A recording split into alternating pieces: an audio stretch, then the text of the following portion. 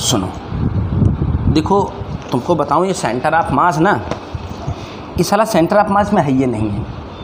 Total collision और conservation of momentum 70% conservation of momentum और collision पर बेस्ड है। कहाँ गया पूरा, मतलब मैकेनिक्स का मेजर पार्ट यहीं डाल दिया है सब जगह छोड़ करके। सवाल number 12, mister Verma and mister Mathur are sitting at a two extremities of 4 meter long boat. 40 kilogram standing and still in water. They discuss the mechanics problem. They comes to middle of the boat, neglecting friction with the water. How far does the boat move on the water during the process? सुनिएगा भाई क्या माजरा चल रहा है। ये एक boat है,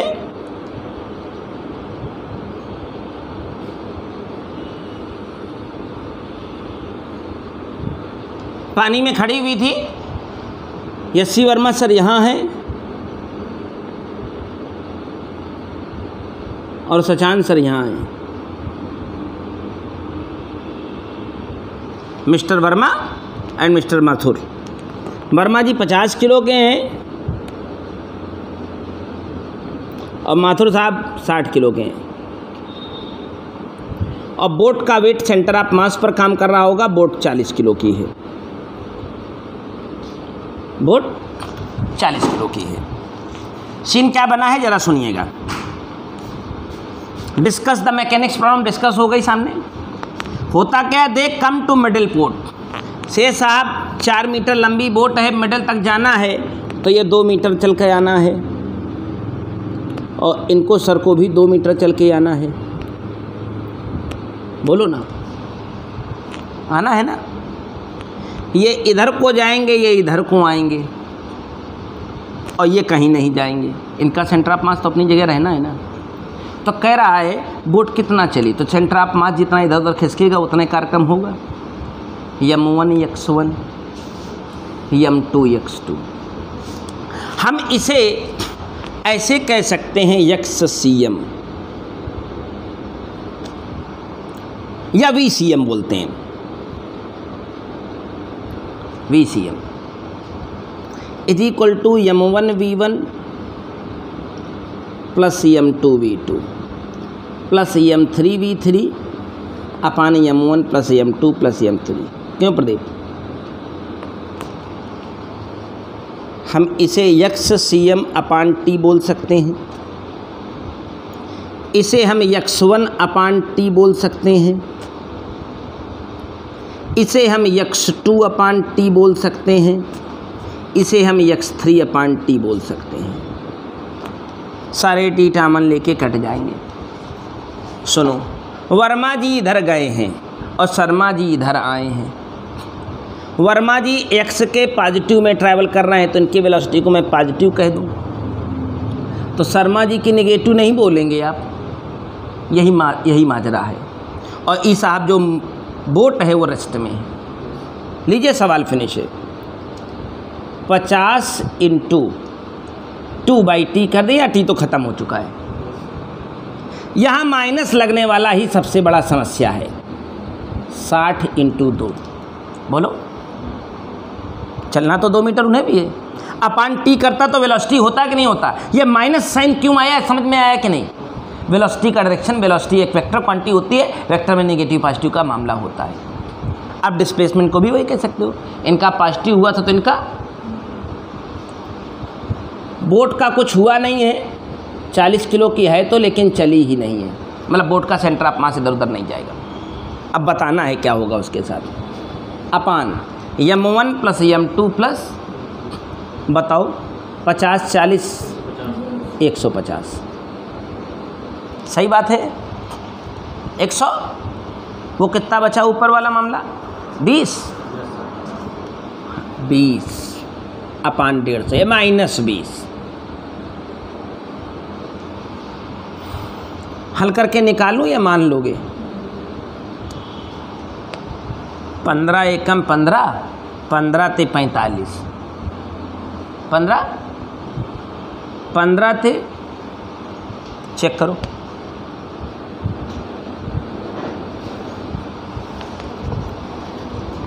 चलो को चेक करो, सही है। 4 है, 13 क्या? Meter, kilometer, centimeter? कौन सा नंबर था? 12, 13 सेंटीमीटर हमारे हैं मीटर, ठीक है, बराबर है। Question number 13। क्वेश्चन नंबर 14 करें, cart of mass m is at rest on a frictionless horizontal surface and the pendulum of mass small m hang from the roof of cart. The string breaks, टूट जाती है, the barb falls on the floor, make several collision on the floor and finally land up to the small slot. वो बात की बात है, को जाने जाना है। The horizontal distance between the string and the slot is small l, capital L. Find the displacement of the cart during the process. शायद सवाल को समझ ना पाना एक बड़ी समस्या भाई बनती है इस क्वेश्चन, इस किताब को लगाते हुए। मैं सवाल समझाता हूँ, सवाल आपसे लगवाऊंगा। देखो यहाँ एक कार्ट है बाबू लोग, कार्ट माने गाड़ी, गाड़ी जहाँ खड़ी है वहाँ फ्रिक्शन विक्शन कुछ नहीं है, पहिया लगवा दो चाहे बिना पहिया की रहने दो, फ्रिक्शन नहीं है, राइट। यहाँ कुछ टंगा था, स्मॉल एम मास का बाब और ये कैपिटल एम मास की कार्ड थी। बाब इस गड्ढे में गिरना चाहता है और ये डिस्टेंस कितनी बताई गई है? L। कितनी बताई गई है? L। तो आप जहाँ ये गिरेगा उसको कह दो ओरिजिन है ना, कहोगे? तो सेंटर ऑफ मास की पोजीशन को वर्कआउट करना है। ये सेंटर ऑफ मास है, M1 x1, M1 ओरिजिन कह दो ना, 0 0, ठीक है यहाँ। और दूसरी बॉडी कौन है? जब यहाँ गिर जाएगा capital M into L, capital M into अपान M1 प्लस M2, चेक करना जरा। 13, दैट्स ग्रेट। 13 था ना, M L अपान M प्लस M, क्या कहते हो? पूरी बात समझना। क्वेश्चन पढ़िए पहले। करें, cart of mass capital M, cart का मास कितना है? Capital M। और कार्ट का पूरा मास, पूरा वेट कहाँ पर काम करेगा? इसके सेंटर पर। और बढ़िया लगा देते हैं, तो कार्ट का पूरा वेट इसके सेंटर ऑफ मास के अधीन है, तो इस गाड़ी के सेंटर ऑफ मास की ये पोजीशन कह दो 0 0। ये कितनी दूर है? ये दूरी जहाँ पर इसको गिरना है L, तो आप इसे -L,0 कह सकते हो अगर इसे 0 0 बोला है तो। बोलो, ये रस्सी टूट जाती है, ये गिरता है, टिप्पा खाते खाते खाते खाते खाते एक दिन काज नहीं कल हज़ारों टिप्पे खाने के बाद, 2 टिप्पे खाने के बाद, 5 टिप्पा खाने के बाद यहाँ चले जाना है। यानी ये बॉडी कितना ट्रैवल करेगी? टोटल L ट्रैवल करेगी। टिप्पा कितने खाए भाड़े में जाए, उससे कोई मतलब नहीं, ना ऊपर के फोर्स का ना नीचे का फोर्स का। भाई आएगी टिप्पा मारेगी, तो ये फोर्स रिएक्शन बराबर काउंटर। ऐसे टिप्पा मारते मारते मारते मारते एक दिन ऐसे ऐसे ऐसे ऐसे ऐसे ऐसे करते करते यहाँ गिर जाती है। तो इस कार्ट का सेंटर ऑफ मास के सेंटर पर है। बोलो, 0 को 0, तो इसको क्या कहोगे? तो कह रहा है ये कार्ट कितना शिफ्ट होगी? कार्ट कितना, मतलब इसका सेंटर ऑफ मास जितना दोनों का कंबाइंड शिफ्ट होगा वही तो कार्ट की शिफ्टिंग हो जाएगी। तो XCM, X M1 capital M into 0 plus M2, पहले तो यहाँ गिरी थी ना पहली बार, क्या what is the coordinate position, उधर जाता तो प्लस एल होती, इससे कोई दिक्कत नहीं है, अपान M1 प्लस, इसको ख़त्म करें। उसने कहा है सेंटर ऑफ मास कितना शिफ्ट होगा, माइनस साइन बता रहा है, इधर को जाएगा, आंसर यही तो आ रहा होगा, नहीं समझे? That's a great condition. Question number 14 को पढ़ते हैं। The balloon and the light rope, balloon and the light rope and monkey shown in figure are at rest in air. If the monkey reaches the top of rope,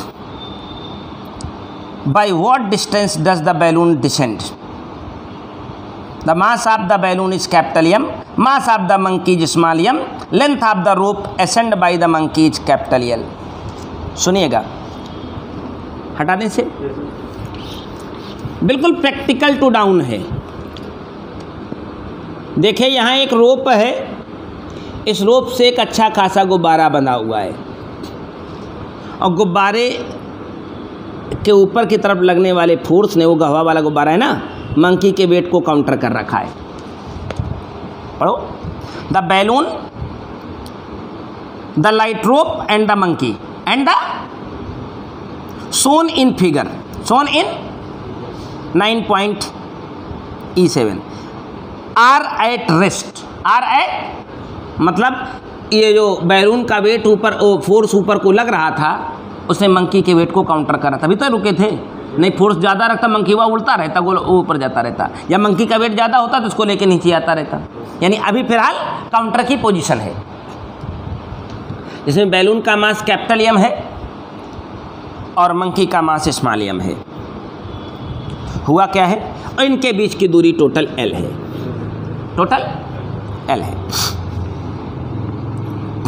the monkey reach the top of rope, monkey तो monkey ठहरा, ऊपर ही को चढ़े, monkey ऊपर को चढ़ता रहा, तो ऊपर पकड़ के जब खींच के चढ़ेगा तो यहू नीचे को आएगा। मंकी ऊपर को चढ़ता रहा ना, तो रोप नीचे को आती रही, रोप नीचे को आती रही। तो कहता है mass of the monkey is this, length of the rope ascend by the monkey is capital L।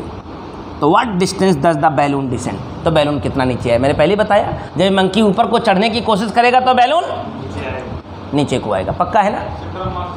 बस वही सेंटर ऑफ मास का सारा मामला है, नहीं है? तो आप VCM से कर लो चाहे XCM से कर लो, XCM। एक को मुझे कोई अरे तुमको शुरुआत में अगर कुमार मित्तल लगाई हो तो उसमें कहता था एक HCl का पार्टिकल है, H, इनके बीच की दूरी 1.12 एंगस्ट्रॉम है, तो एक हाइड्रोजन था, एक क्लोराइड था। तो आप एक को अगर ये डिस्टेंस दे रखी है तो आप एक को ओरिजिन मानते थे कि नहीं मानते थे? बोलो, एक को ओरिजिन करते थे। तो हमें क्या करना है, कह दो यार, कह दो ये 0 0 है, ये y एक्सिस का मामला है, तो ये 0, -y मतलब 0, -l। बोलो, शुरू करें। M1 Y1, अब एक्शन ही निकालेंगे, M1 Y plus M2 monkey 2, नहीं हो गया? अपान, जाओ चेक करो, मंकी ऊपर चढ़ेगा तो बैलूनवा नीचे आएगा, यही माइनस साइन बताता है मालिक, M प्लस M। आंसर आ गया। अभी भी कंफ्यूजन है? मंकी ऊपर चढ़ेगा, बैलून नीचे को आएगा कि नहीं आएगा? नीचे को आएगा, यानी निगेटिव साइन लेकर आएगा, आंसर है। क्यों प्रदीप? कोई सवाल बाबू इसमें कठिन नहीं है, बशर्ते कंसेप्ट क्लियर रहे। सभी सवाल 1 लाइन 2 लाइन में फिनिश हो जाता है। एक्यूरेसी होनी चाहिए, कन्वर्जन नहीं होना चाहिए। आगे नेक्स्ट, करे मैन ऑफ मास यम। गजब सवाल है, भयानक टाइप का सवाल है, बहुत भयानक है लेकिन उतनी ही जल्दी इसको मैं लगा दूंगा, एकदम पिन टू द पॉइंट। सुनना, करे man of mass capital M a bag of mass small M slip from a roof of tall building of height H. एक आदमी काफ़ी ऊंची बिल्डिंग से फिसल के गिर गया है, बैग लिए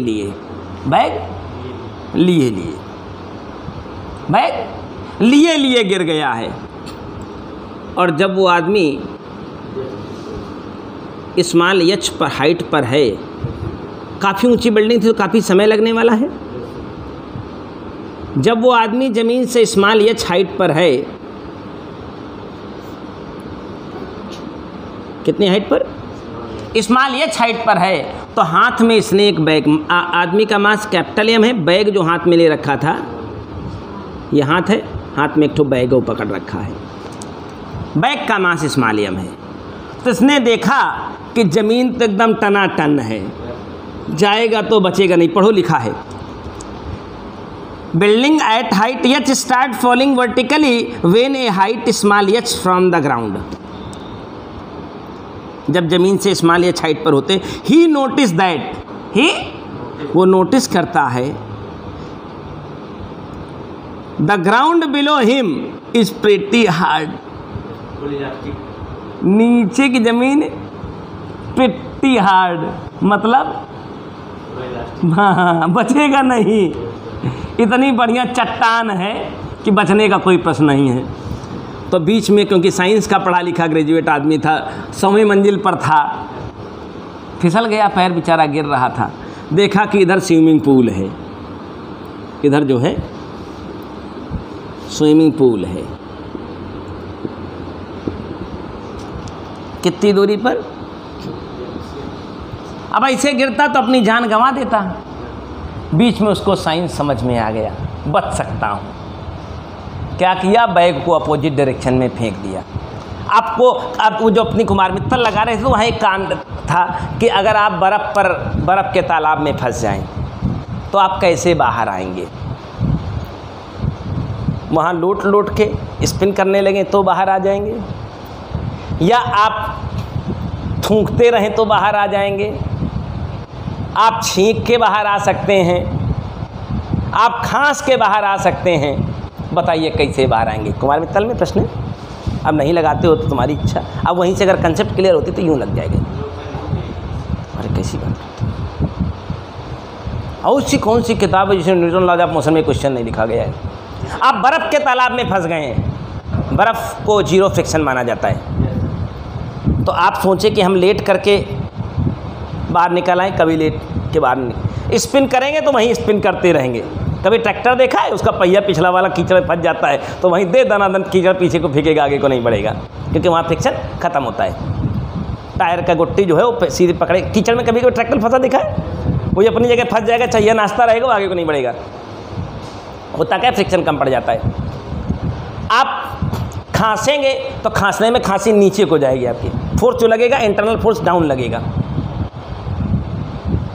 आप छींकेंगे तो भी वही स्थिति होगी, लेकिन आप थूकेंगे तब ताकत आगे को लगाएंगे तो आप पीछे को हटेंगे। बर्फ़ अगर आइडियल फ्रिक्शन जीरो है तो आप एक बार थूकेंगे तो पीछे हटेंगे, और एक बार फिर थूकेंगे फिर थोड़ा पीछे, तो थूक के आप तालाब से बाहर आ सकते हैं। क्वेश्चन कराया गया है। तो यहाँ भाई साहब को ऐसा ही कुछ आइडिया आया, इन्होंने अपना बैग क्या किया, ऐसे फेंका। तो पक्का है ये हवा में चल रहे थे, अब नीचे की तरफ तो कोई मोमेंट का कोई टेंडेंसी था नहीं, लगातार नीचे को आना था। इस सरकार ऐसे चल रहे थे। अगर इन्होंने अपना बैग ऐसे फेंका तो फोर्स किधर को लगेगा। आप कोई चीज़ ऐसे फेंकते हो तो आपको फोर्स कैसे जर्क होता है, बैग जर्क होता है। तो अपना बैग ऐसे फेंकेंगे तो इनको वेलोसिटी किधर की तरफ मिल जाएगी। अभी चट से गिरने से बच जाएंगे, आराम से डिप से जाएंगे x मीटर तक। या that's a great concept of projectile motion. Exactly वही होने वाला है, एग्जैक्टली वही साइंस आने वाला है। और वही लगने वाला है। मैं सवाल समझा रहा हूँ, लगेगा तुमसे ही लगे, मैं तुमसे ही लगवाऊंगा। सवाल तुम्हें समझ ही नहीं है तो लगाओगे क्या? अब पढ़ता हूँ आगे। तो होता क्या है, इन ऑर्डर टू सेव इन सब, जिनको लगा कि भाई साहब चट्ट से गिरेंगे तो बचेंगे नहीं, तो पानी में कूदा जाए। अब अचानक अगर आप कहीं गिर रहे हो तो अचानक अपना मोशन बदल सकते हैं क्या हवा में? आप जब तक ग्रामीण नहीं है, ग्राउंड नहीं है, तब तक अपना डायरेक्शन नहीं चेंज कर सकते हैं। लेकिन अब आपके पास क्या, बैग है, तो बैग इन्होंने फेंक दिया इधर को, तो इनको मोशन मिल गया होगा इधर को। लेकिन जितनी तेज बैग फेंका होगा उससे काफ़ी कम रफ्तार इनको मिली होगी, क्योंकि कंजर्वेशन ऑफ मोमेंटम है ना। सबसे पहले तो वही है, बैग फेंका होगा बाएं, तो बैग का मास था यम। मान लो बैग फेंका होगा स्मॉल वी से, बैग फेंका होगा, तो बैग फेंकने के बाद इनका मास बचा होगा कैपिटल यम, और इनकी वेलोसिटी होगी कैपिटल वी। इनका भाई साहब का कैपिटल यम है ना।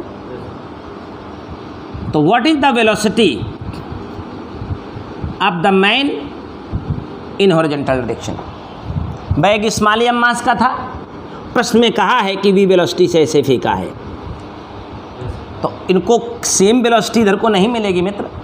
अरे इनका मास हो तो कुछ है, कंजर्वेशन ऑफ मोमेंटम भी तो कुछ कहता है। तो what is the velocity of this man behind this, opposite direction में कितनी हो गई पता चल गई। अब इसी वेलोसिटी के चलते, इसी हाइट के कारण, नहीं समझे, इनको इधर जाना है। लेकिन एक बवाल हो चुका है, ये मामला रेस्ट का नहीं है, इतना चलते चलते अच्छी खासी रफ्तार भी पा चुके होंगे ये भी तो एक मैटर हो जाता है। क्योंकि अगर ये सिंपल प्रोजेक्टाइल मोशन का केस होता तो आप छत पे बैठे होते, फिर आपने इसे सीधे फेंका होता तो डाउनवर्ड्स इनिशियल वेलोसिटी आपकी 0 होती। लेकिन अभी यहाँ अच्छी खासी रफ्तार पैदा हो चुकी है। देखिए हर चीज़ का काउंटर एस सी वर्मा है, तो इसीलिए जानी जाती है दुनिया में ना, कि चुतियापा करोगे तो कहीं के नहीं रहोगे, अगर थोड़ा सा बुद्धि लगाओगे तो यूँ लगता चला जाएगा। साइंस समझ में आ रहा है? यानी कई सारी घटनाक्रम एक साथ चल रहे हैं। इनके बैग फेंकने को लेकर के क्या चल रहा है, मतलब प्योर प्रोजेक्टाइल मोशन का सवाल हो गया ये, लेकिन स्टैंडर्ड बहुत हाई हो गया, उसमें कंजर्वेशन ऑफ लिनियर मोमेंटम आ गया और सारी थीम आ गई। अच्छा बताओ, capital H minus H travel कर चुका है, तो यहाँ पर डाउनवर्ड्स वेलोसिटी अचीव कर चुका होगा कि नहीं? तुरंत उसे लिखना चाहिए कि नहीं? ये वो वेलोसिटी है जो नीचे को पा चुका है, क्योंकि जमीन पर लैंडिंग तो इसी वेलोसिटी ने करानी है, इसको तो केवल आगे ले जाना है मित्र। तो इसको कितना आगे ले जाना था? Horizontal distance is equal to horizontal velocity into time. बाबू हॉरिजॉन्टल वेलोसिटी मेरी तैयार है, बस टाइम मिल जाए, मज़ा आ जाए, टाइम मिल जाए। कितना प्रोजेक्टाइल मोशन लगा है, क्षैतिज दूरी बराबर क्षैतिज वेग गुणते समय। जितने टाइम में ये नीचे आएगी उतने टाइम तक सामने को जाती रहेगी। सामने कितना जाना है पानी मरने से बचने के लिए? यक्स। अब यक्स तो तैयार है, यक्स के पदों में आंसर भी है ना।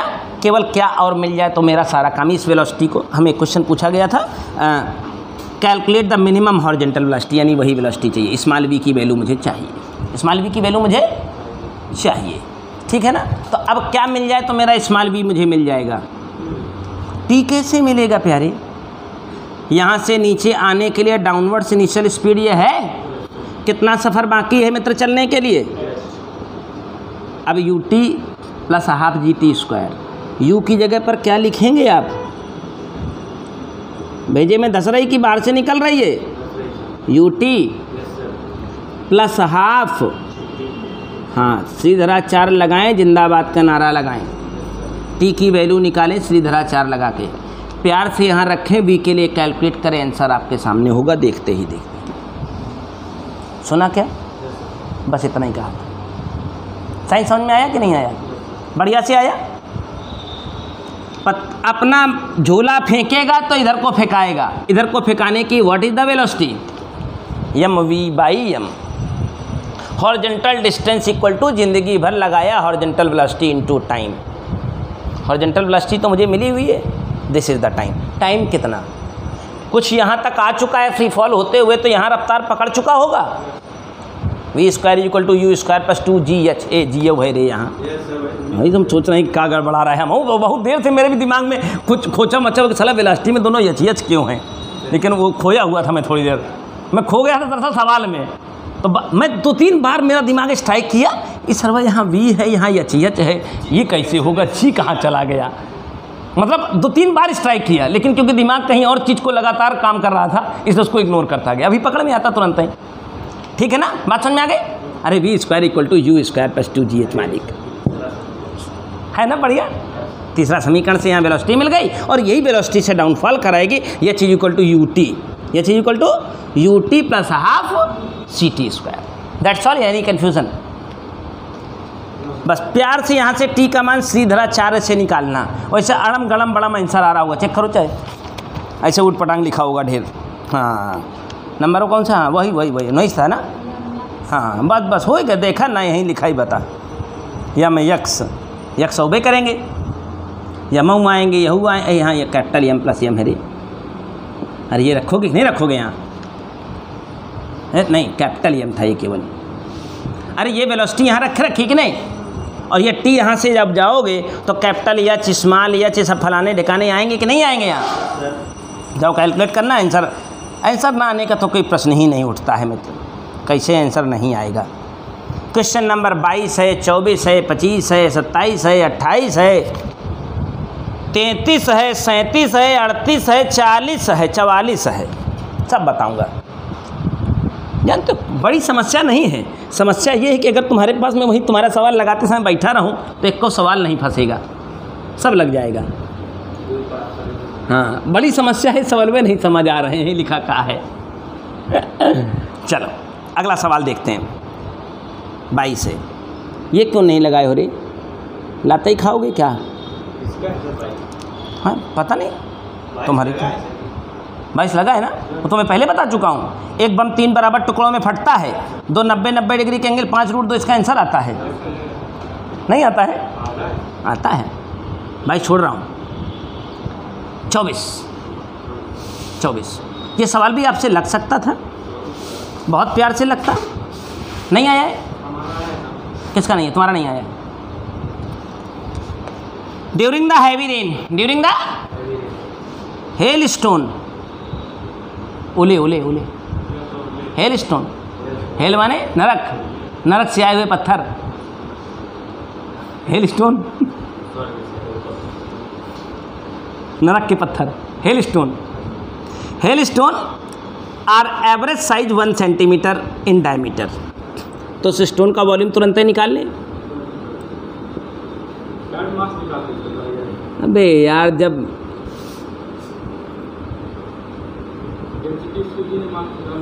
धीरज धरो, वॉल्यूम आ गया, mass is equal to volume into density. Density भी है 900, लेकिन मुद्दा है कितने, कह रहा है 2000 hail stone every square metre पर, लेकिन जो एरिया है वो तो 10 बाई 10 का है, तो टोटल कितने गिरेंगे। टोटल मास मिल गया। टोटल बोला कि हेल स्टोन ज़मीन पर टकराने के बाद एक का रिबाउंड नहीं होता है। फोर्स पूछा है, संवेग परिवर्तन की दर को बल कहते हो, कहते हो ना। तो अब रिबाउंडिंग तो होनी ही नहीं है, तो एक चाहे यू को चाहे वी को 0 कर दो, करो इसको 0। कितना कुल मास है निकल गया, कितनी वेलोसिटी से आके टकराएं ये हो गया, टाइम पर सेकंड में। टाइम नहीं समझे, एक का इतना मास हो गया, 2000 स्टोन गिरे हैं तो 2000 स्टोन हो गए, और 1 स्क्वायर मीटर में थे, मामला 10 स्क्वायर मीटर का था, 100 स्क्वायर मीटर का, तो कुल कितना मास, कितना वजन जो है लोड हो गया है 10 स्क्वायर मीटर की छत में पत्थरों का, जो ओले गिरते हैं, तो मास मिल गया। और mass into velocity, rate of change of momentum is called force, कितना फोर्स क्रिएट करेंगे। क्वेश्चन नंबर 25 भी है। The ball of mass m dropped on a floor from the certain height. The collision is perfectly elastic and the ball rebound the same height of the again fall. Find the average force exerted by the ball on the floor during the long time of interval. सवाल समझ पाए क्या हो रहा है? हैं?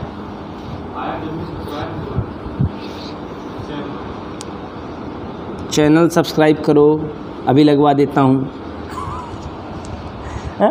Channel subscribe करो, अभी लगवा देता हूँ।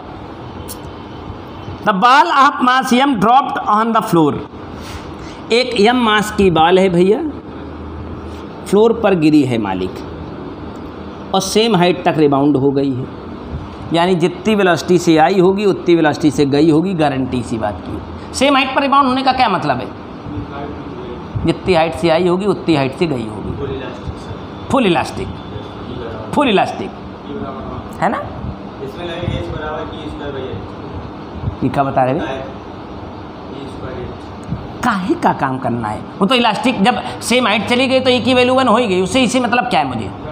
हमसे उसने पूछा है भैया फोर्स बताइए, find the average force exerted by the ball on the floor during the long time of interval. During the, अरे भैया पहले आई होगी फिर जाई होगी, यही तो हुआ होगा। तो फोर्स के लिए मालिक एक कई बात हम पढ़े लिखे हैं, mv माइनस mu अपान टी। जानब कि ना जानब? जानब ना। तो सुनो, यम तो बाल का मास हो गया, और v माइनस u अपान टी, अपान टी सेकंड में टी आने का टी जाने का। लॉन्ग टाइम बोला ना, टी आने का अगर टी सेकंड लगा होगा यहाँ से यहाँ तक आने में, 0 से u v होने में, तो टी सेकंड लगा होगा यहाँ से यहाँ तक जाने में, तो टाइम टी नहीं बल्कि क्या लिखेंगे हम? 2t। बोलो। और वेग परिवर्तन में एक सिनेरियो है, आते समय जो वेलोसिटी होगी, मान लो टकराते समय u है, तो पक्का है वापसी करते समय माइनस u रही होगी। बोलो नहीं रही होगी? तो इस v को मैं क्या कहूँगा? बोलने दोगे? नहीं बोलोगे? होगा।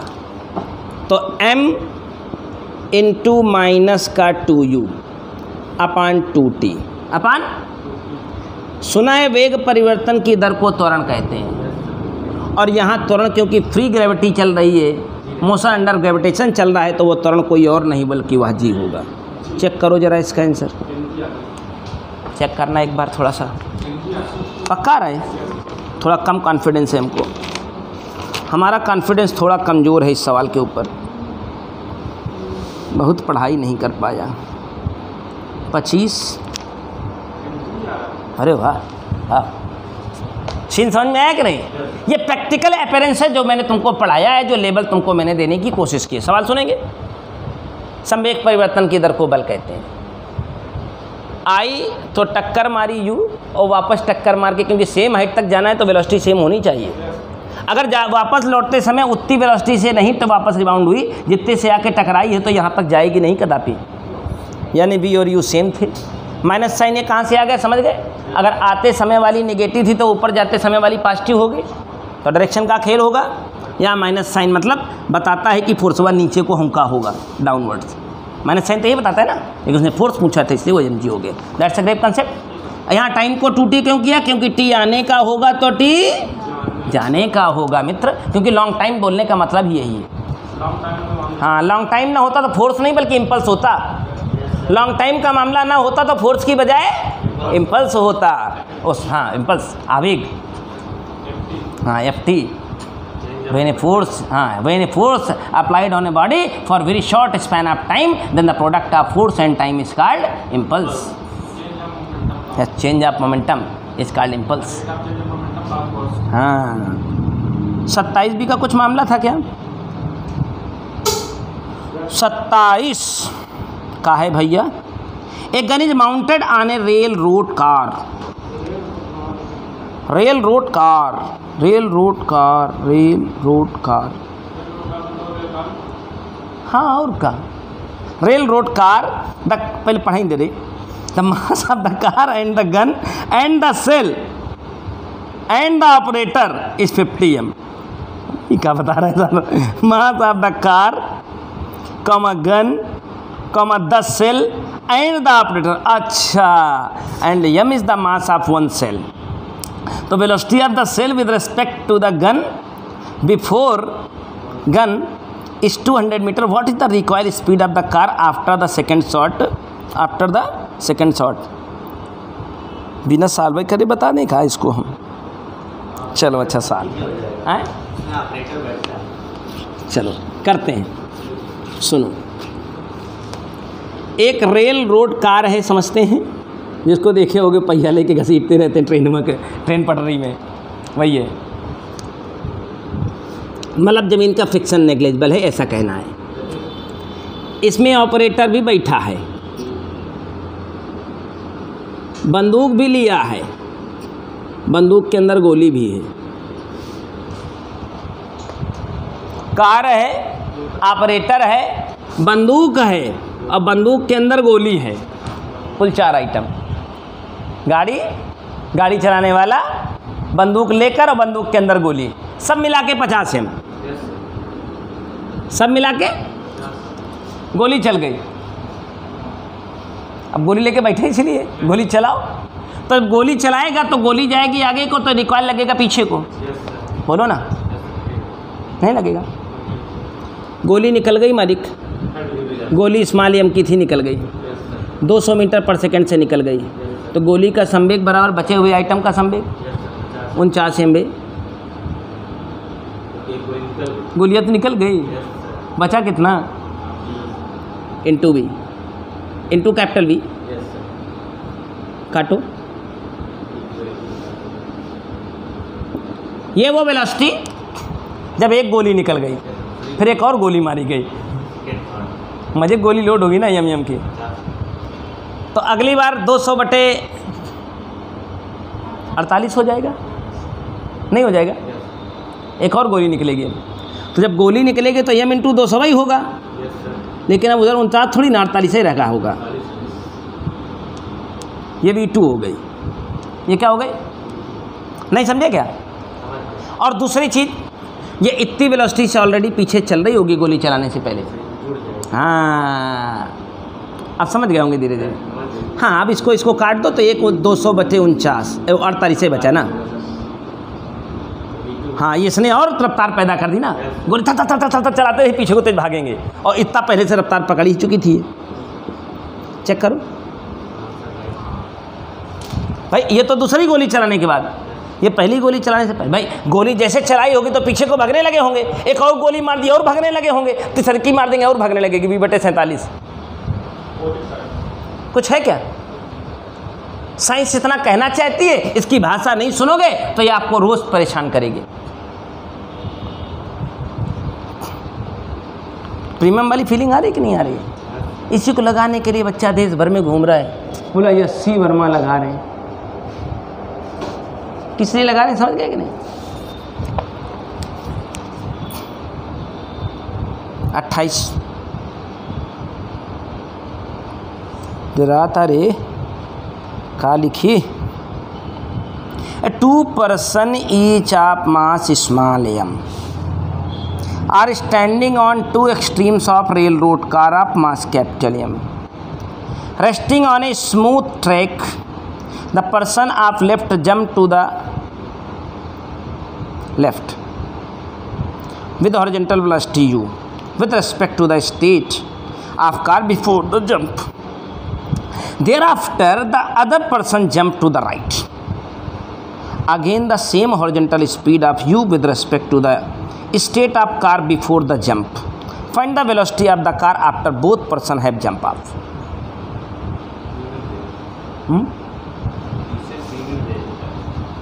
लिखा बहुत खूबसूरत होता है, लगाना बहुत सरल होता है। हाँ, तुमने अभी तक देखा 8वां 9वां चैप्टर धीरे धीरे आ गया है। कभी तुमको इसको लेकर के मैं पैनिक हुआ, कभी तुमको ऐसा लगा कि यार इसको इतना कठिन था, तुम्हें समझ नहीं आ रहा है? सुनना, कहानी सुनाता हूँ। ये रही रेल कार, कैपिटल एम मास। ये भाई साहब प्रदीप हैं और ये भाई साहब इनके पार्टनर आर के साहब हैं। दोनों लोगों का छोटा छोटा मास है, स्मॉल एम के हैं। रेल वाली है कैपिटल एम की। ई इधर कूद गए जम से, कितनी वेलोसिटी से? तुरंत ही पीछे भागेगी। कितने से भागेगी? तो उसका साइंस है small M U is equal to capital M plus small M capital B. मानोगे कि नहीं मानोगे? मान लो इतनी वेलोसिटी से पीछे भागने लगी। बोल भैया। तो अब बारी है इनकी। अब ये इधर को भाग रही थी इतनी वेलोसिटी से, तब तक ये कूद गए।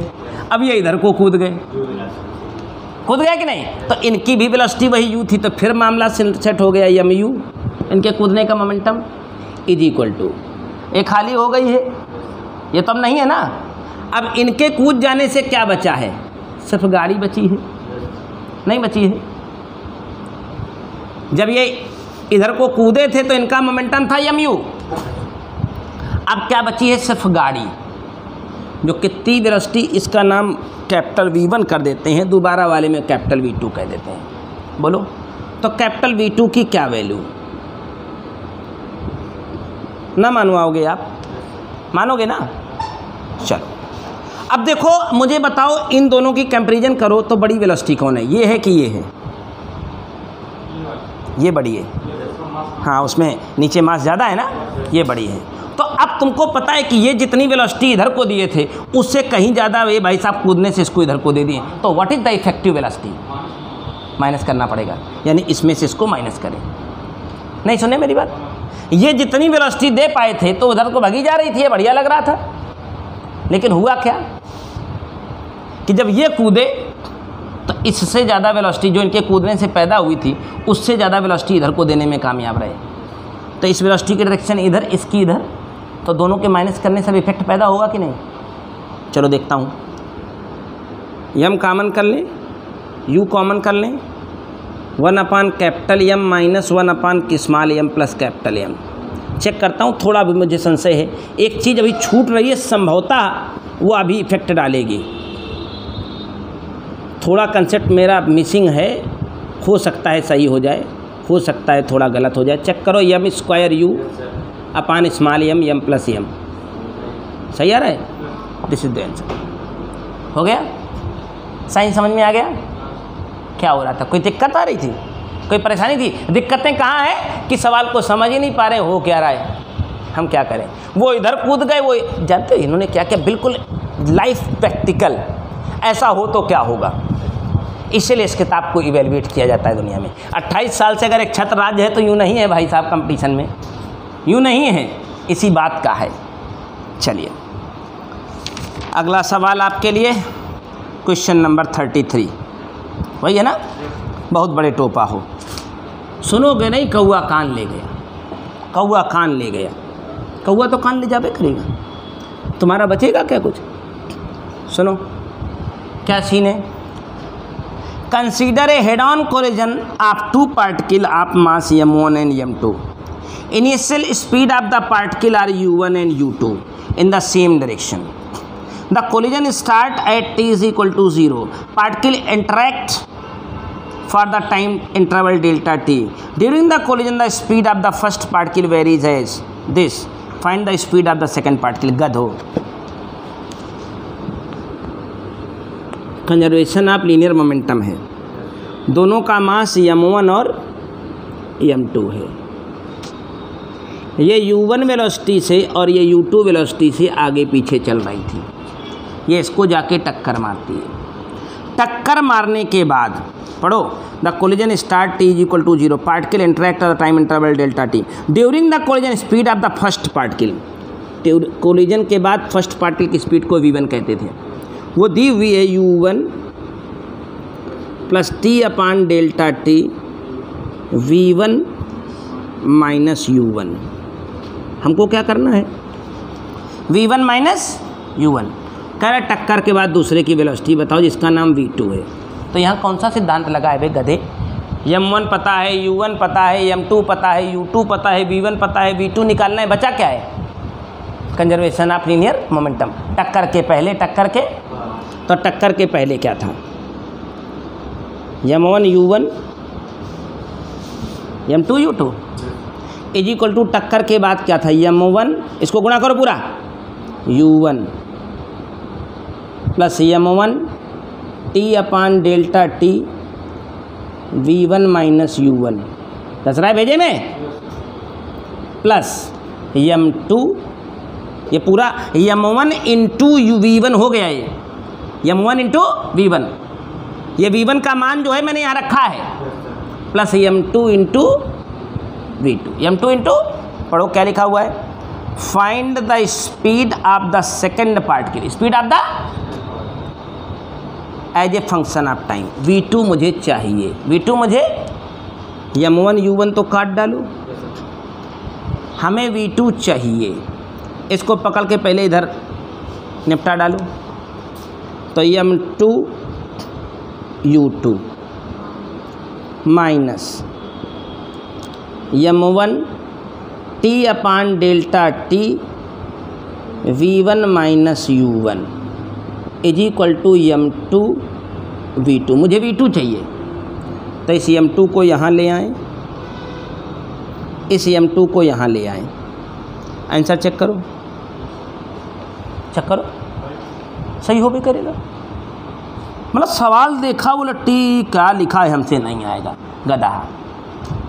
लगाएंगे नहीं कि एक बार ट्राई करें, केवल इतनी बात कर रहा है सुअर। सवाल लंबा नहीं है, जो आधे मन से लगाते हो लतियाना शुरू करूंगा पूरा मन लगने लगेगा, फिर कहीं नहीं जाओगे। 38 नंबर सवाल थोड़ा पकड़ में नहीं आ रहा, सीन नहीं बन रहा है उसी का। 37 क्या कर रहा है, 38 बिल्कुल सीन आउट हो रहा है। इतनी स्टोरी हो गई है, इतनी स्टोरी हो गई है कि जय एंगल से जा रहा हूँ तय एंगल से बिगड़ रहा है। जय एंगल पकड़ो, हाँ 38 नहीं बन रहा है।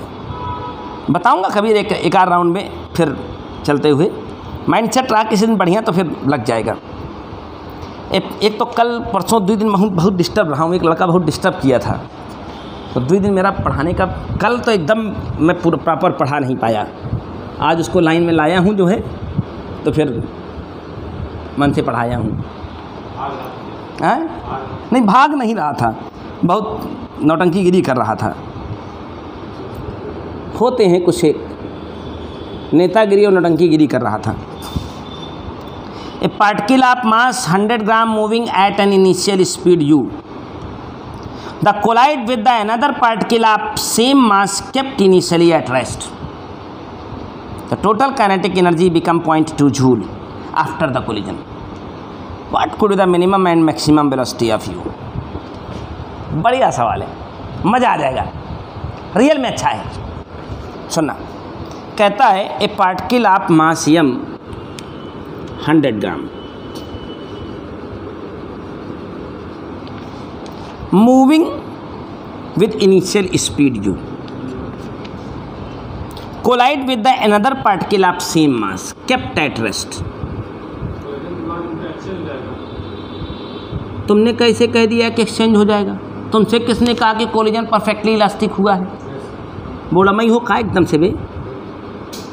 u1 is equal to u, u2 is equal to rest, u2 is equal to rest. ये इसको टक्कर मारेगा, टक्कर मारने के बाद इसकी वेलोसिटी v1, टक्कर मारने के बाद इसकी वेलोसिटी v2। पढ़ो, kept initially at rest the total kinetic energy become 0.2 joule after the collision. What to the minimum and maximum value of u? ये वो सवाल है जो होना चाहिए आपकी ज़िंदगी में, ये वो सवाल है जो कंसेप्ट से होकर गुजरेगा। हमको नहीं पता है कि कोलिजन परफेक्टली इलास्टिक हुआ है या इनलास्टिक, तो हम कैसे डिसीजन ले लेंगे कि एक्सचेंज हो जाएंगी वेलोसिटी? किसने कह दिया तुमसे? हमको पता नहीं है। हाँ, लेकिन मिनिमम और मैक्सिमम कह करके उसने साबित कर दिया है कि एक बार कोलिजन परफेक्टली इलास्टिक हुआ होगा तो दूसरी बार इनइलास्टिक। ये तय है, एक बार कोलिजन परफेक्टली इलास्टिक रहा होगा तो दूसरी बार इनइलास्टिक, क्योंकि मिनिमम और मैक्सिमम तभी पैदा होता है, बीच का रास्ता नहीं है। मैक्सिमम वेलोसिटी और मिनिमम वेलोसिटी, तो इसका मतलब एक कोलिजन इलास्टिक रहेगा तो दूसरे केस में कोलिजन इनइलास्टिक रहेगा। लिसन माय डियर, पहली बार कोलिजन को इलास्टिक करते हैं, ई की वैल्यू 1। तो कोलिजन इलास्टिक हो तो m1 u1 plus m2 u2 is equal to m1 v1 plus m2 v2। m 100 gram है, u1 की जगह u है, दूसर की बार 100 इंटू 0 है, 100 इंटू v1 है, 100 इंटू v2 है, सारे 100 हम खाते हैं, निकल के जाते हैं। इक्वेशन मिलती है v1 minus v2 is equal to u। इसके बाद कोलिजन अगर परफेक्टली इलास्टिक है तो माइनस ई U1 माइनस U2, तो U1 U है, U2 0 है, is equal to simply V1 minus टक्कर के बाद की वेलोसिटी ही टक्कर के बाद का मोमेंट एनर्जी पैदा कराएंगे। हम इसे चेक करने जाते हैं तो साइंस देखिए वैसे ही जनरलाइज हो जाता है। अगर कोलिजन परफेक्टली इलास्टिक होता समीकरणों को मैं कहाँ आया भाई, तो मैं सोच रहा था कि दोनों समीकरण बराबर कैसे हो गए। दोनों को जोड़ लिया 2V1 बराबर 0, तो V1 की वैल्यू क्या है मित्र, और V2 की वैल्यू चिल्ला के बताएगी वही U। हाँ वो एक्सचेंज हो जाती है, मैंने तो कंसेप्ट दे रखा है, ठीक है। तो energy half M V square 0.2 is equal to half M.1 कर दें U स्क्वायर, एक की तो है ही नहीं है। हम कैलकुलेशन करने जा रहे हैं, मिला 2 मीटर पर सेकेंड। जब कोलिजन परफेक्टली इलास्टिक था तो U की वैल्यू मिली 2। अब कोलिजन परफेक्टली इन इलास्टिक हो जाए, कोलिजन परफेक्टली हमें नहीं पता कि इलास्टिक है कि इनलास्टिक, लेकिन केस 2 ही होंगे। अगर कोलिजन परफेक्टली इनलास्टिक होता तो ये हिस्सा 0 होता, ये पूरा ही ख़त्म हो गया होता, और हम कहते हैं V1 की वैल्यू अगर आप निकालते तो U/2 और V2 की वैल्यू भी निकालते तो भी U/2 आती। चेक कराओ, अरे ये 0 होता मालिक, जोड़े गए होते तो ये कट गए होते। 2V1 बराबर U/2, तो V1 बराबर U/2, V1 को रखते तो V2 बराबर भी U/2। अब नई सिचुएशन में नई kinetic energy half M U²/2 U²/4 plus half M U²/4 is equal to 0.2 joule, is equal to ऊर्जा तो वही है ना। जाओ भैया दशमलव उड़ा के इनको ख़त्म कराओ। 8 है, 8 दूनी 16, V बराबर 4, 2V² बराबर 16, तो V बराबर 2√2, वही U बराबर, हाँ ठीक है, B कह दो U कह दो, U बराबर U² 2√2। चेक करो, अब उसमें ना सही होने वाला कोई विधान नहीं है, साइंस है तो सही होना चाहिए। क्या नहीं पढ़ाया इस कंसेप्ट हमने? नहीं बताया, इसको पढ़ाया नहीं था कभी? कंसेप्ट के बाहर कुछ निकलता है क्या इस किताब में? सवाल निकलते हैं, सवालों का अगर देखो, अगर फिजिक्स तुमको कम पढ़ाई होती दोस्त ये किताब होती नहीं।